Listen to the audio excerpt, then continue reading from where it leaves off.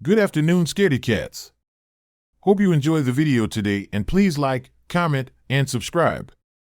I was adopted.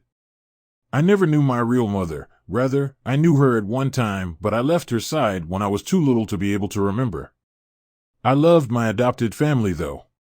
They were so kind to me. I ate well, I lived in a warm and comfortable house, and I got to stay up pretty late. Let me tell you about my family real fast. First, there's my mother. I never called her mom or anything like that, I just called her by her first name. Janice. She didn't mind at all though.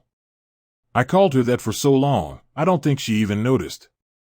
Anyhow, she was a very kind woman. I think that she is the one who recommended my adoption in the first place. Sometimes I would lay my head against her in front of the television and she would tickle my back with her nails. She is one of those Hollywood mothers. Second, there's Dad.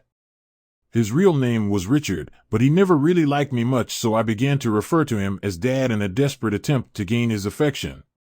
It didn't work. I think that no matter what I called him, he would never love me as much as his own child. That's understandable, so I really didn't press the matter. The most notable attribute of Dad was his unmoving sternness. He was not afraid to pop his children when they did something wrong. I found that out before I could use the restroom properly. He didn't hesitate to spank me. Well, I'm in line, and it's because of his methods. Lastly, is my sister. Little Emily was really young when I was adopted, so we were about the same age, but she was slightly older. I like to think of her as my little sister, though. We got along better than any sibling could possibly get along. We would always stay up late together and just talk. Well, she did a lot of the talking. I mostly just listened because I loved her. It was a great setup that we had. We were short on bedrooms, so because I didn't want to sleep in the living room by myself when I was littler, I had a pallet set up for me next to her bed on the floor. This is where I have slept since. But it was cool with me because I enjoyed being with her and I had always felt pretty protective of my little sis. Everything changed on a horrible Wednesday night. I was at home taking a nap when little Emily opened the front door. The sound of the door opening pulled me to a state of consciousness and I walked from the room down the hall to the living room. That's when I first remembered it was Wednesday. I was never any good at keeping track of what day it was. Actually, I'll just go ahead and say it. My sense of time was horrible. But nevertheless, I knew it was Wednesday because Emily had just come home from her church's youth group gathering. She walked in the front door and hugged me, and then was followed in by Dad and Janice. "You have a good nap?" Janice said teasingly as she ruffled up my hair. I just shook my head away and snorted in a manner that clearly expressed that I was teasing back with her. "Don't you snort at your mother like that," said my father gruffly with authority. He shut the door behind him and hung up his coat. I was clearly joking. I growled under my breath. He must not have heard me because I didn't feel him smack me. Emily then proceeded to our room and I followed. She started telling me about her day. You know, usual teenage girl stuff. But I listened so that she would feel better. After her summary, she suggested watching TV, and I obliged and jumped onto the couch as she was going for the remote. She rolled her eyes at my little brother-like immaturity and scooted me over and sat down. The TV turned on and we watched it together until the sun went down. Emily was the kind of girl that instead of watching cartoons and soap operas would rather watch Discovery and Animal Planet and Natural Geographic. I liked those too, so I didn't mind. Actually, those were the only channels that can hold my attention. So it got late and Janice walked up behind the sofa. "Emily, it's past your bedtime.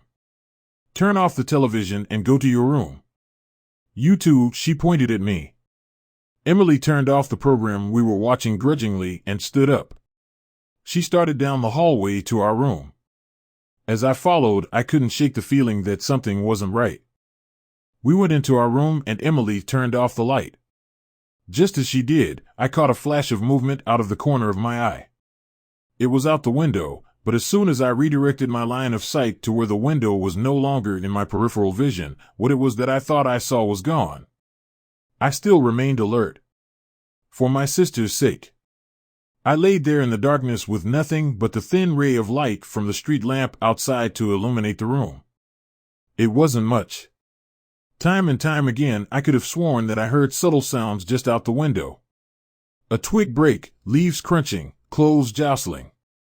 And all the while I could smell a faint stench of sweat and blood. I kept my eyes open most of the night. The sounds outside subsided and the smell left my nose. I began to feel at ease. My eyelids closed. Not long after that, I heard a very loud crash on the other side of the house. I was up in an instant. "There's someone in the house!" I barked with extreme adrenaline coursing through me. "Wake up!" I shrilly pleaded with Emily. She did, and as soon as I saw her sit up I ran to my parents' room.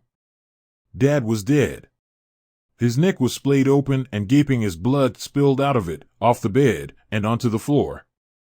I saw that the master bathroom's door was closed, and just before it on the outside was a man. A man. I don't feel comfortable calling it that. He was very large and rugged. He turned around and saw me, and that's when I saw him accurately for the first time. I won't forget it. His eyes were large and beady and trapped with lust. He was styling a beard that was badly unkempt with blood dripping off. His clothes were dirty and his face was cold. Just then I noticed the same horrid smell of sweat and blood from earlier, but this time it was overwhelming. He saw me. He saw me and grinned with a set of crooked yellow teeth. That smile threw me off. I thought that I was going to die, but then he turned back to the bathroom door completely unperturbed by my presence. I was terrified and didn't know what to do. I just yelled and cried.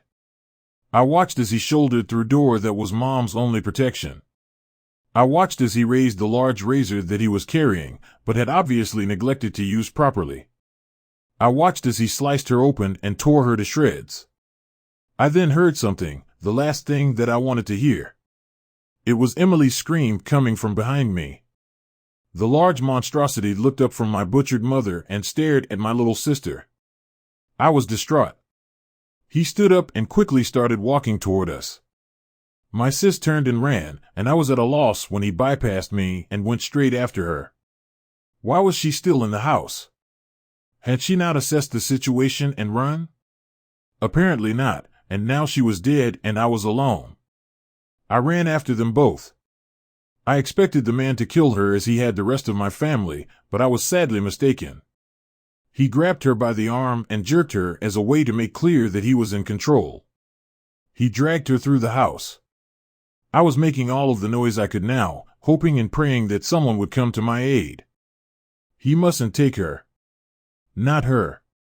As he passed me, I backed against the wall and whimpered with terror, "Why?"